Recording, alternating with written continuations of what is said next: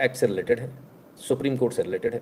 Supreme court ने वक्फ act को लेकर क्या कहा वो बताएंगे, लेकिन उससे पहले कल हमने जो कहा था उसको आज विष्णु जी बता रहे हैं, सेम टू सेम।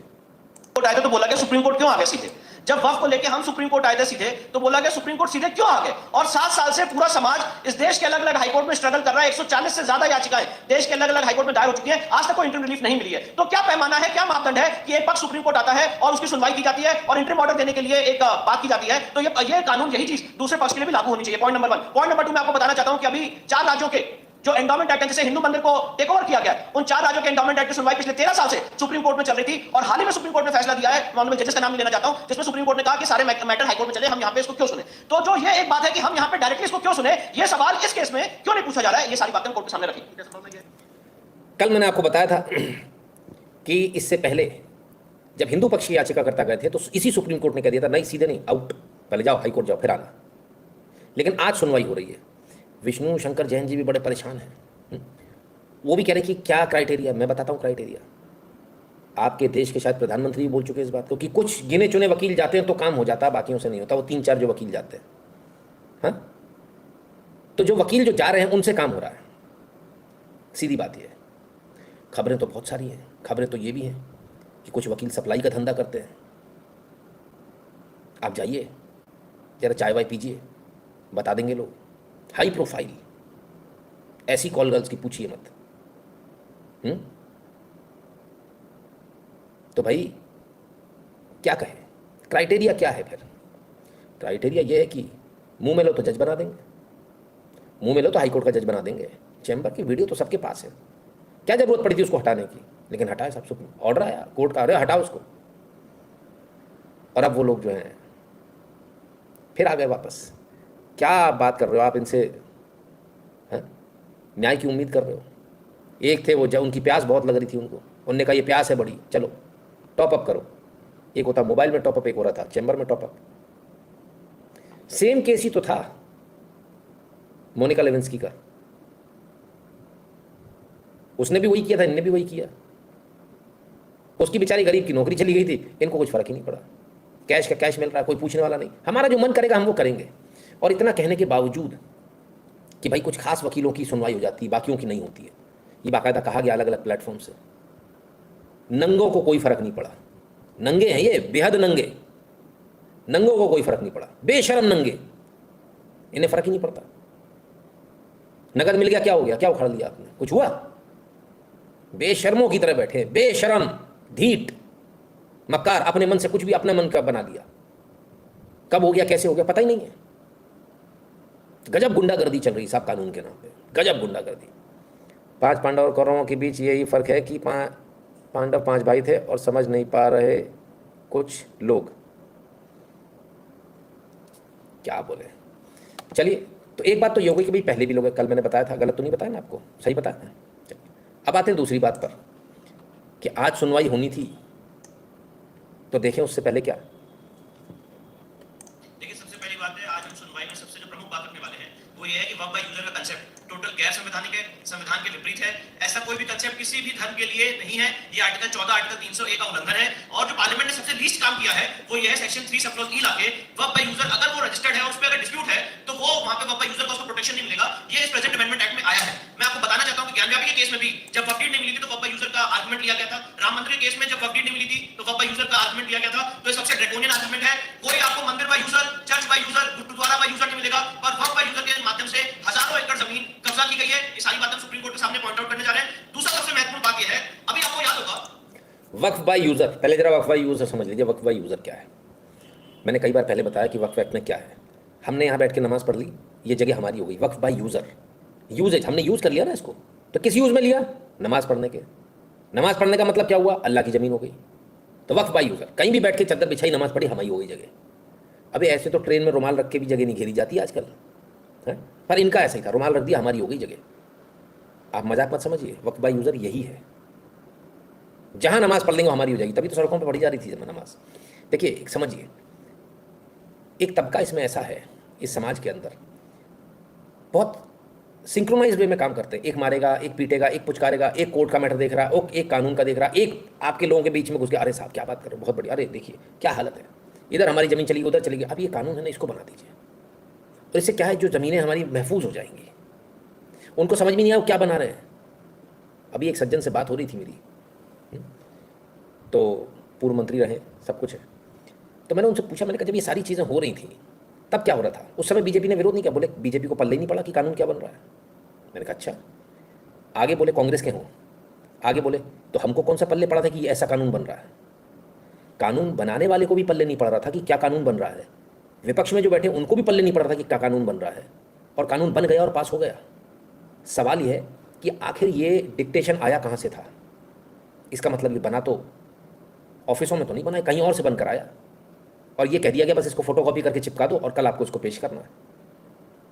मज़े की बात यह है, इसी वक्फ के लिए जब ये पास हो गया 93 में, किसी को होश नहीं रखी क्या हुआ क्या नहीं हुआ। इसी वक्फ के खिलाफ में लालू प्रसाद यादव खड़े हुए और चीखे चिल्लाए, बोले चौराहे के चौराहे खाए जा रहे हैं ये, तो इसको रोको, इन पे मुकदमे कायम करो इन पे। क्योंकि जब पास हो रहा था ना, तब लालू जी को भी पल्ले नहीं पड़ा था क्या चीज़ है। तब तो उन्होंने बोला हम तो अपनी ज़मीन को सिक्योर कर रहे हैं साहब। किसी को पल्ले नहीं पड़ा कि इसमें जो अंदर जो सेक्शंस है वक्फ बाय यूज़र, ये कहाँ ले जाएगा। वक्फ बाय यूज़र तो ये कि जहाँ हमने अपना रुमाल रख दिया वहीं जगह हमारी हो गई, बात तुम्हारी ऐसी की तैसी। इन्हें समझ में नहीं आया। उन्होंने बोला अरे नहीं साहब हम अपनी संपत्तियों को लिख लेंगे रजिस्टर में। इन्हें समझ में नहीं आया कि लिख लेंगे का मतलब क्या। इसका मतलब ये है कि जैसी आराम हो गई आपकी, उन्होंने अपने रजिस्टर में लिख लिया, मतलब आपकी संपत्ति गई, आपको खबर ही नहीं। ना आपको नोटिस देंगे, ना आपका नोटिस चस्पा करेंगे, कुछ नहीं करेंगे। 90 दिन का कानून था, 90 दिन में आपने अपील कर दी, आपको पता ही नहीं है 90 दिन में कहाँ से अपील करोगे। 90 दिन बाद जगह उनकी हो गई। अब काय की अपील, कौन सा कोर्ट और क्या गई, वो तो फुर वक्फ की ज़मीन है। ये था वक्फ और वक्फ बाय यूज़र। इतना गंदा कानून जो अनकॉन्स्टिट्यूशनल था, जिसे सोचिए इस कानून को सुप्रीम कोर्ट से स्ट्राइक डाउन होना चाहिए था। संवैधानिक बेंच बनाकर इसको स्ट्राइक डाउन करना चाहिए था कि ये कानून बना ही गलत था। एक्स्ट्रा जुडिशियल अथॉरिटी कोई हो ही नहीं सकता। लेकिन इसके बावजूद किसी भी जज ने छोटी सी बात अगर आप कर दो, अरे तुम कोर्ट बन रहे हो हैं, आप गांव में फैसले निपटा दीजिए। किसी की अगर प्रॉब्लम हो रही हो आपस में, उनका फैसला निपटा दीजिए। भाई साहब देखिए क्या जज क्या चढ़ के बैठेगा आपके सीने पे। तुम कोर्ट बन रहे हो, तुम एक्स्ट्रा कोर्ट लगा रहे हो, एक्स्ट्रा जुडिशियल अथॉरिटी बन रहे हो। लेकिन इधर कोई एक्स्ट्रा जुडिशियल अथॉरिटी का किसी को प्रॉब्लम नहीं है। क्यों? ऐसा क्या रहा? ऐसा क्या कारण है कि सिपाही से लेके एएसआई से लेके दारोगा से लेके ये सभी लोग आपके अगेंस्ट में हैं? कोई भी आपकी बात नहीं सुनता। एसएचओ आपकी बात नहीं सुनता, सीएसपी एडिशनल एसपी आपकी बात नहीं सुनता, एसपी आपकी बात नहीं सुनता, डीजी आपकी बात नहीं सुनता। पूरे सिस्टम में जितने भी लोग हैं कोई आपकी बात नहीं सुनता। क्यों नहीं सुनते? क्या कारण है? कुछ तो कारण होगा। कारण रात को कोई आता बता चुका है पहले। रॉबिन जी कह रहे सो पंचर वाला फूल्ड सूटेड बूटेड एब्सोल्युटली, इसमें कोई दो राय नहीं है। और ये बात उन्होंने करी जो उस समय मंत्री थे, है ना, सदन के अंदर। मुझे लगता है वक्फ तो बहाना था। वो बांग्लादेश बुढ़ा बोल तो था chicken neck, seven sister etcetera. ये चिकन नेक सिलीगुड़ी ही तो है, मुर्शिदा के बहुत पास। देखिए सर, कौन थे? पीएनसी अभिषेक जी। क्या है बॉस? चिकन नेक तो नहीं हो पाएगा। हाँ, लेकिन इस बहाने, वक्फ के बहाने भारत के अंदर दंगे जरूर कराने का ये प्रयास कर रहे हैं और बहुत हद तक उसमें सफल भी है ना, बहुत हद तक सफल है। कि यहाँ दिल्ली में एक शिव मंदिर को तोड़ दिया गया जो जमुना जी के ऊपर बना हुआ था, और ये कहा गया कोर्ट द्वारा कि भगवान शिव को हमारे प्रोटेक्शन की जरूरत नहीं। तो उसी तरह से अल्लाह को भी किसी के प्रोटेक्शन की जरूरत नहीं है। जो कानून है वो अपना काम करेगा। जैसे भगवान शिव का मंदिर तोड़ा गया इस आधार पर कि वो यमुना के बेड पे बना हुआ है, उसी तरह से कानून सबके लिए काम करेगा। अगर आपके पास डॉक्यूमेंट नहीं है, अगर आपने बब्बा यूजर के माध्यम से जमीन गलत ढंग से कब्जा की है, तो उसको सबसे लीस्ट प्रोटेक्शन जो पार्लियामेंट ने दिया वो ये कहा है कि अगर वहां पर डिस्प्यूट है तो बब्बा यूजर का कंसेप्ट लागू नहीं होगा। Point number 1। पॉइंट नंबर 2, सबसे इंपॉर्टेंट बात इसमें यह है, कल सुप्रीम कोर्ट ने ये पूछा अपने आर्गुमेंट्स के, अपने हियरिंग के दौरान कि ये बताइए कि कौन से हिंदू मंदिर ट्रस्ट में किसी अन्य समाज के व्यक्ति शामिल है। तो मैं पूछना चाहता हूं, वक्फ एक्ट 1995 लागू क्यों हो रहा है? हमारा मूलभूत मांग यह है कि वक्फ एक्ट 1995 के 2025 अमेंडमेंट किसी और समाज के व्यक्ति के ऊपर लागू नहीं होना चाहिए। पहले सुप्रीम कोर्ट यह कहते हैं कि वक्फ एक्ट 1995 नॉन मुस्लिम्स पे लागू नहीं होता है, तो बात खत्म हो जाएगी। उसके बाद हमें दो नॉन मुस्लिम मेंबर्स की जरूरत ही नहीं रह जाएगी। तो ये हमारा दूसरा सबमिशन है। Absolutely correct. पहली बात तो वक्फ एक्ट हिंदुओं पर लागू होना ही नहीं चाहिए, और अगर इससे हिंदू इफेक्ट हो रहे हैं तो हिंदुओं की बराबर भागीदारी उसमें रहेगी, और जितने अन्य समाज हो रहे हैं उनकी भी भागीदारी होनी चाहिए। ऐसे कैसे एक्ट बन जाएगा एक तरफा? पूरी दुनिया में ऐसा एक्ट कहीं नहीं है जो आपके यहाँ है। एक तरफा एक्ट, हमने जो कह दिया वो, मुसलमानों ने जो कह दिया वो माना जाएगा, खत्म। ये आपका देश आपका है ही नहीं। वक्फ बना कैसे था? 1950 में इसकी नींव डाली गई थी बुद्धू बना के, पंडित नेहरू को, यार साहब वो जो लोग जगह छोड़ जा रहे हैं यहाँ पे उनको वक्फ कर देते हैं, नहीं तो कुर्द-मुर्द हो जाएगी, लोग कब्जे कर लेंगे, इसका हो जाएगा उसका हो जाएगा, झगड़े होंगे।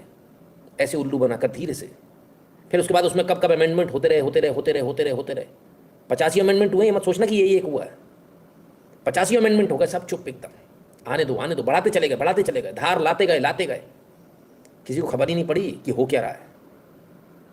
वो तो तब पड़ी जब ये अपने रंग में आए, जब इन्होंने कब्जा करना शुरू किया, तब लोगों को समझ में आया ये तो मामला कुछ गड़बड़ हो गया।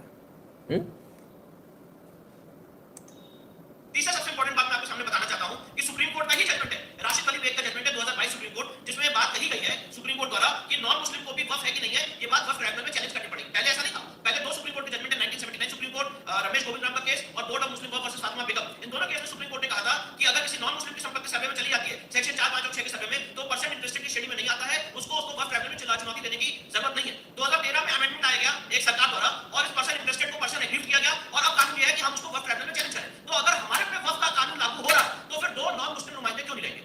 मैं दोनों बातें कह रहा हूं। पहली बात मैं कह रहा हूं कि नॉन मुस्लिम रहना ही नहीं चाहिए, हटा दीजिए उसे, और नॉन मुस्लिम पे वक्फ का कानून लागू भी नहीं होना चाहिए। देखिए जो सुप्रीम कोर्ट ने कल इंटरिम ऑर्डर्स पॉइंट आउट किए हैं वो बहुत ही मुझे लगता है उसको हम लोग स्ट्रांगली कोर्ट के सामने अपनी बात रखेंगे कि वो इंटरिम ऑर्डर देने के अभी स्टेज नहीं आई है। एक पिटीशन हमारी तरफ से 2 याचिकाएं दायर की गई हैं जिसमें हमने कहा कि 1995 का एक्ट ही गलत है, वो पूरा एक्ट गलत खत्म किया जाए, शामला दा गलत है उसको स्टे करिए, सेक्शन 40 को स्टे करिए, जितनी सरकारी संपत्ति चली गई है फिर उसको वापस लाइए, जो वक्फ बाय यूजर की संपत्ति गलत दर्ज हो गई है उसको वापस लाइए, फिर उसका भी स्टे होना चाहिए, वक्फ बाय यूजर के कंसेप्ट का भी स्टे होना चाहिए। तो ये भी हमारी मांग है जो हम कोर्ट के सामने रखेंगे। अरे रे, क्या हालत है। अच्छा एक बात बताइए, आपको नहीं लग रहा कि देश के अंदर कोई सरकार नहीं है? इतने सब हंगामे के बीच में आपको नहीं लग रहा देश के अंदर कोई सरकार नहीं है? सरकार एक ही सुप्रीम कोर्ट, उसी के आगे सब बेचारे कटोरा लेके खड़े हैं, कोई सरकार है ही नहीं। कहाँ है सरकार? हमें तो नहीं दिख रही। सब जो कुछ है सुप्रीम कोर्ट है, कानून बन गया, सब कुछ हो गया, उसके बाद सुप्रीम कोर्ट में चैलेंज हो रहा है। चलिए फिर क्या हुआ, आज क्या हुआ, सुने जरा आज क्या हुआ। स्टे नहीं किया है, जो भारत सरकार के सॉलिसिटर जनरल है उन्होंने अपना स्टेटमेंट दिया है कि अगली तारीख तक न तो काउंसिल में न वक्फ बोर्ड में कोई अपॉइंटमेंट जो संशोधित कानून है उसके अनुसार किया जाएगा। दूसरा बात उन्होंने जो माननीय अदालत ने कहा कि जो वक्फ व यूजर है जो रजिस्टर्ड हैं और गैजेटेड हैं उसको गवर्नमेंट डी नोटिफाई नहीं करेगी टिल द नेक्स्ट डेट। तो बड़ी इंपॉर्टेंट बात है कि जो रजिस्टर्ड एंड गैजेटेड हैं वही सिर्फ डी नोटिफाई नहीं होंगे, उसके अलावा संशोधन के हिसाब से। ये मेरे को एक बात समझ में नहीं है, आज इस बात को बहुत सारे बीजेपी लोग चिल्ला रहे थे कि कोर्ट ने ऐसा बोल दिया कि जो रजिस्टर्ड और नोटिफाइड हैं वो डी नोटिफाइड नहीं होंगे। तो जो नोटिफाइड है वही तो डी नोटिफाई होता है, जो नोटिफाइड है ही नहीं वो कहाँ से डी नोटिफाइड हो जाएगा? आप कुछ समझ रहे हैं बात को? सरकार ने किसी को रजिस्टर्ड किया और अपने गजट में उसको नोटिफाई किया, जिसको नोटिफाई किया उसी को तो डी नोटिफाई कर पाओगे आप, उसी के लिए सुप्रीम कोर्ट ने मना कर दिया। कितनी साहब वो जो है डी नोटिफाई वाला मैटर जो है वो रजिस्टर्ड और नोटिफाइड के लिए, बाकी तो कोई से भी तो नोटिफाइड है ही नहीं, तो डी नोटिफाई करोगे कहाँ से? बड़ी गजब की बात है। आप लोगों को समझ में आ गया? नहीं आया तो बता दीजिएगा। चलिए आगे सुने। सरकार कार्रवाई करने को स्वतंत्र है और जो संशोधित कानून है उस पर किसी भी तरह का अंतरिम आदेश नहीं है और अगली तारीख तक भारत सरकार को अपना जवाब और उनको जो भी डॉक्यूमेंट्स देने हैं वो देने होंगे और उसके बाद उनको रिज्वाइंडर का जो पिटीशन है उनको मौका दिया गया है। साथ ही साथ जो स्टेट गवर्नमेंट्स हैं वो भी अपना रिस्पांस देंगे और ये कहा गया है कि अगली तारीख पर सुनवाई इस पूरे मामले की जारी होगी। तो माननीय सर्वोच्च न्यायालय को जो रेस्पोंडेंट्स यानी कि भारत सरकार ने कहा कि हम डे टू डे सुनवाई के लिए तैयार हैं। आप पूरे मामले को, क्योंकि ये पार्लियामेंट का कानून है, पार्लियामेंट के कानून को आप इस तरह से स्टे नहीं कर सकते हैं और माननीय सर्वोच्च न्यायालय ने सॉलिसिटर जनरल ऑफ इंडिया के बात को माना है और उन्होंने संशोधन को स्टे नहीं किया है। सिर्फ उन्होंने उनके 2 पॉइंट पे सॉलिसिटर जनरल के बात को रिकॉर्ड में लेकर के और अगली तारीख 5 मई मुकर्रर कर दिया है और 5 मई से इस मामले की सुनवाई शुरू हो जाएगी। नहीं, यथास्थिति मैंने आपको बताया कि 2 मुद्दों पर कि जो काउंसिल में और बोर्ड में अपॉइंटमेंट का जो मामला है वो अगली तारीख तक जो स्टेटमेंट सॉलिसिटर जनरल ने दिया है कि कोई अपॉइंटमेंट नहीं होगा। और दूसरा जो है वक्फ व यूजर, तो माननीय सर्वोच्च न्यायालय अपने आदेश में लिखा है कि जो रजिस्टर्ड है और गैजेटेड है उसको गवर्नमेंट डी नोटिफाई नहीं करेगी अगले आदेश में। नहीं, वक्फ व नहीं, सिर्फ वही जो रजिस्टर्ड एंड गैजेटेड है। हाँ बिल्कुल, ये ऑर्डर शीट में है, जो रजिस्टर्ड नहीं है, जो गैजेटेड नहीं है उसको सरकार संशोधन कानून के हिसाब से डी नोटिफाई कर सकती है। चलिए What's the entertainment search? बच्चा लोग अब मुद्दे की बात पर कि 2 संशोधन थे। एक तो ये कि आप किसी नए व्यक्ति को उसमें अपॉइंट नहीं करेंगे और दूसरा डी नोटिफाई नहीं करेंगे जो उनकी संपत्तियां उनको, ठीक है। Petition challenging validity of Waqf Amendment Act 2025, Supreme Court takes on record the statement of Solicitor General that Center will respond within 7 days. SC says Solicitor General assures the court that no appointments will be made to the council and board. Supreme Court says Solicitor General assures that till the next date of hearing, Waqf, including Waqf by user already registered or declared by way of notification, shall neither be denotified nor the collector change. Supreme Court says let the response be filed by the center within 7 days. ठीक है, तो supreme court ने आज क्या करा, nutshell में आपको समझा दूं, बिना स्टे के स्टे कर दिया, बिना स्टे दिए हुए स्टे दे दिया। उन्होंने बोले आप मान लो इस बात को, अब अगर आप नहीं मानते तो हम स्टे दे देंगे। तो उन्होंने क्या बोला, हाथ पांव कप रहे हैं भाई। तो बोला कि ठीक है मालिक, एक काम करो, हम आपकी बात मान लेते हैं, आप स्टे मत दो। उन्होंने बोल दिया ठीक है, आपकी बात को ऑन रिकॉर्ड रख लेते हैं। अब इसका मतलब क्या हुआ, सॉलिसिटर जनरल कौन है, सरकार को रिप्रेजेंट कर रहे हैं, उनकी बात को ऑन रिकॉर्ड कर लिया, यानी उनसे एक तरह का एफिडेविट ले लिया, जबान ले ली कि आप एक तो अपॉइंटमेंट नहीं करोगे किसी का भी नए बंदे का, उससे हमें फ़र्क भी नहीं पड़ता क्योंकि वो ऑलरेडी डिफंक है। जो सेंट्रल वक्फ बोर्ड है उसमें कोई है ही, वो तो बंदी पड़ा एक तरह से, तो उससे कोई ज़्यादा फर्क नहीं पड़ता, ठीक है, चलिए वो समझ में आता है। दूसरा, जो डी नोटिफिकेशन है उसके लिए सरकार मान गई, तो डी नोटिफिकेशन से भी कोई ज़्यादा फर्क पड़ेगा नहीं आपको, क्योंकि बहुत सारी चीज़ें आप देखेंगे। आइए, जिसको डी नोटिफिकेशन की बात कर रहे हैं जरा उसको पढ़ ले। Provided that existing waqf by user properties registered on or before the commencement of the Waqf Amendment Act as waqf by user will remain as waqf property except the property wholly or in part in dispute or is a government property. तो जैसा लिखा हुआ था उसी पे almost वैसा का वैसा ही है, कोई ज़्यादा फर्क नहीं, ऐसा सरकार की तरफ के लोगों का कहना है, ठीक। हम इसमें क्या कहें, हम सिर्फ एक चीज़ नहीं समझ पा रहे हैं, पर पहले जरा विरोधी वकील क्या कह रहे हैं उनकी भी सुने। मैं आधा एकड़ या 200 गज 400 देना चाहता हूं तो कौन है मुझे रोकने वाला? ये नॉनसेंस है, ये बदमाशी, ये गुंडागर्दी, ये नहीं चलेगी, ये देश में चलेगी नहीं। चलाने की कोशिश है वो वापस हो जाएगी। केंद्र सरकार की ओर से, नेताओं की ओर से अब तक जो दलीलें दी जा रही थी कि इतने फायदे हैं, ये है वो है, क्या सुप्रीम कोर्ट में भी वही फायदे गिनवाए जाएंगे? और क्या, अरे फायदे भी गिनवाए जाएंगे। और ज्यादातर सरकार की तरफ से बहुत बार कोर्ट के अंदर वकीलों की एक ही ड्यूटी है, कोर्ट की मदद करना, ताकि कोर्ट एविडेंस के आधार पर कानून के हिसाब से फैसला कर पाए। जो कोर्ट में गुमराह करने की कोशिश करते हैं, ऐसा भारी काम है, वो बदमाशी है, कोई भी वकील करे उसको, और उसकी इजाजत नहीं होनी चाहिए। मगर फिर भी वो अपनी तरफ से रखेंगे, कोई पूरी छूट रखनी चाहिए। नहीं, इसी के बाप की पार्लियामेंट है क्या? गृह मंत्री के बाप की पार्लियामेंट है क्या? या जो पार्लियामेंटेरियन बैठे हैं उनके बाप की पार्लियामेंट है क्या? ये देश की पार्लियामेंट है। पीपल आर सुप्रीम, देश के लोग सुप्रीम है, और संख्या में एक आदमी ज्यादा हो गया, एमएलए एमपी बन गया, एक आदमी ज्यादा हो गया, प्राइम मिनिस्टर बन गया, सीएम बन गया, या एक एमपी ज्यादा हो गया, कानून पास कर दिया, उसका ये मतलब नहीं आप देश को रॉन्ग की तरह हो गए। डेमोक्रेसी नहीं चलता, ये वहां चलता है राष्ट्रीय तानाशाही। देश में ना राष्ट्रीय ना तानाशाही, जिसको हम दमन कर चुके हैं 1950 में, देश में संविधान लागू हुआ। संविधान लागू होने के बाद यहाँ मानवता का वो है, मानवता का देश है, सभी रिलीजन को ये भी सोचना होगा, देश की युवा पीढ़ी जो जिस रिलीजन से है कोई दिक्कत नहीं है, सारे रिलीजन हमारे हैं, उनकी अच्छी बातें हम सबको स्वीकार करनी होगी, और मिलजुल के हम सबका ऑडिट करना होगा। रिलीजियस ठेकेदारों का भी, जो इस देश को जैसे पॉलिटिशियन बांटते हैं, बहुत सारे रिलीजियस ठेकेदार भी देश को बांटना चाहते हैं अपनी गतियां महफूज करने के लिए। परिवार दर परिवार, मैं मर गया मेरा बेटा, फिर उसके बाद मेरा बेटा, मैं एमएलए हूं तो मैं मर जाऊंगा मेरा बेटा। इसी तरह से रिलीजियस ठिकानों पे भी इस देश के पूरा समाज का खिलाफ होगा, वो हर कुछ में है। ये जो हिंदुओं में भी मंदिर है ना, वहां भी पीढ़ी दर पीढ़ी एक मर जाए, उसके बच्चे उसके बच्चे मर जाए, किसी भी मंदिर में उन्हीं के वो पुजारी होते हैं। ये सारा का सारा गलत है, ये डेमोक्रेटिक है, मानवीय है। इसको हर रिलीजन में बदलने की जरूरत है। मेरे को लगता है देश की युवा पीढ़ी वो किसी भी रिलीजन की हो, वो सारे के सारे साइंटिफिक टेंपर।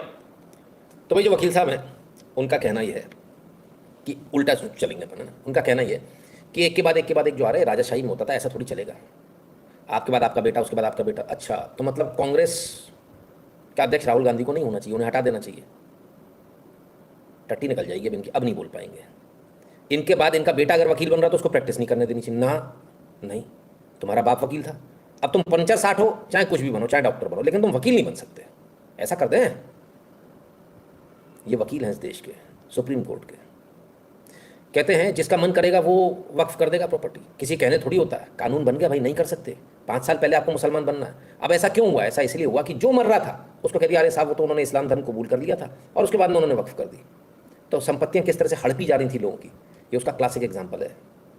वकील साहब को समझ में नहीं आया, पता नहीं कैसी वकालत करते हैं, चलती भी है कि नहीं। फिर कहते किसी के बाप का थोड़ी है, देश की कानून बना दिया तुमने। पार्लियामेंट किसी के बाप का थोड़ी है, पार्लियामेंट में जो लोग संसद जाते हैं उनके बाप का थोड़ी है। देश का पार्लियामेंट, अच्छी बात है। तो कोई एक ज़्यादा हो जाए, कम हो जाए, उससे थोड़ी माना जाएगा। फिर कैसे मानेंगे? कानून तो पार्लियामेंट ही बनाएगा वकील साहब, कि जीबी रोड पे रंडियों की दलाली करने वाला दल्ला बनाएगा? हैं? रंडियों के दलाल बनाएंगे क्या कानून? कानून देश का पार्लियामेंट बनाएगा, वही चलेगा। ये सारे लोग जो देश में अराजकता फैला करने की कोशिश कर रहे हैं, अराजकता को बढ़ावा दे रहे हैं, इनके नाम नोट करके रख लीजिए आप लोग। क्योंकि जब अराजकता होगी तो ये तो सोच रहे हैं हम बच जाएंगे। सबसे पहले इन्हीं का नंबर लगना चाहिए ऐसे में, जो अराजक लोग हैं। I was Waqf member, I would claim all, if I was Waqf member, all India property, no Indian law will be। नवीन जी देखिए, वो तो ऑलमोस्ट है ही, आप कह रहे हो बिना कहे हुए हो रहा है ना, बिना गाली दिए हुआ हो रहा है। Claim is property and family as waqf, नहीं प्रॉपर्टी कर सकते हो सर, फैमिली है नहीं तो फैमिली भी कर लेते, फैमिली का हलाला भी हो जाता। प्रशांत जी कह रहे हो जी, मेरा असिस्टेंट बंगाल का है, वो बताता है कि बांग्लादेश और बंगाल के लोग एक दूसरे के यहाँ ऐसे ही चले जाते हैं जैसे MP का आदमी यूपी चला जाता है। हाँ सच्चाई है, रिश्ते हैं ना आपस में, तो रियलिटी है ये। खैर, तो वो जो कह रहे थे वो तो कुछ और कह रहे थे, ये वकील साहब तो कुछ और कह रहे हैं। अब आपको लोग कुछ भी कहें, लेकिन अल्टीमेटली इसका इफेक्ट क्या आया? आज जो कुछ भी हुआ बिना स्टे का स्टे जो सुप्रीम कोर्ट ने जो एक दादागिरी जो करने की कोशिश करी है, उसका नतीजा पूरे भारत में क्या आया? उसका नतीजा पूरे भारत में आया है कि कोई भी आदमी अब हाथ नहीं लगाएगा इस वक्फ वाले मैटर में। क्यों? सुप्रीम कोर्ट में मैटर है। उन्होंने भले ही 2 चीज़ें बोली हैं, पर कितनी भी चीज़ें हों, अब आदमी हिम्मत नहीं करेगा हाथ लगाने की। डर गए ना सब, सुप्रीम कोर्ट है भैया। हाई कोर्ट होती तो एक बार को अगर अवमानना लगी भी तो सुप्रीम कोर्ट से अपन हाथ पैर जोड़ के मनवा लेंगे, पर सुप्रीम कोर्ट की अवमानना लगी तो सजा पक्की है। तो डर के मारे भाई कोई एग्जीक्यूटिव काम नहीं करेगा, क्योंकि किसी को मरने का शौक नहीं, किसी को अपनी नौकरी दांव पे लगाने का शौक नहीं है।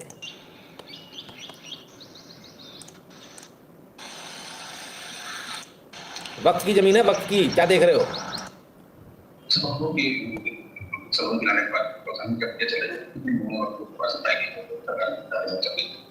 चिन्हित किया गया है और एरिया आइडेंटिफाई किए गए, परंतु इसमें जो भी कार्रवाई शासन के निर्देश और हमारे सुप्रीम कोर्ट के ऑर्डर के उपरांत अधीन कार्रवाई की जाए। चिन्हित किया गया, पता चल गया, सब कुछ है, सामने आ गई, देख लिया, सर्वे हो गया, सब हो गया, लेकिन अब आगे कोई कार्रवाई नहीं करेंगे। डिस्ट्रिक्ट मजिस्ट्रेट है मधुसूदन जी। 98 हेक्टेयर, बीघा नहीं, 98 हेक्टेयर जमीन सरकार की कौशाम्बी में वक्फ ने क्लेम कर रखी थी भाई। उनका क्लेम ठोका हुआ है, जमीन हमारी है, जमीन सरकारी है, अब वो चुप करके बैठे हैं।